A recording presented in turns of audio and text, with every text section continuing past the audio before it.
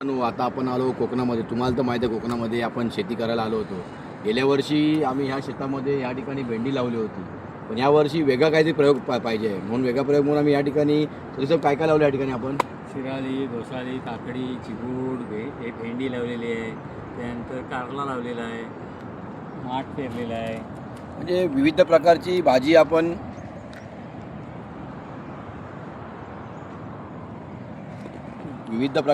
आपण याकडे लावलेली आहे. म्हणजे गेल्या वर्षी आम्ही म्हणजे शेती करायचा प्रयत्न केला होता आणि आम्हाला ते जमलं आणि त्यात आनंदसुद्धा आला.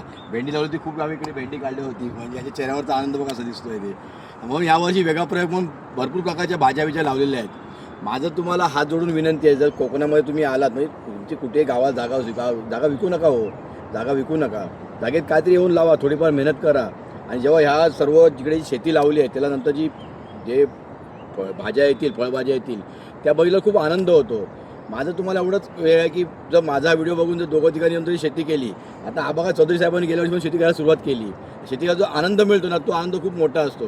तुम्हीसुद्धा या कोकणामध्ये आणि अशी शेती करा. यावा कोकण आपलंच असा.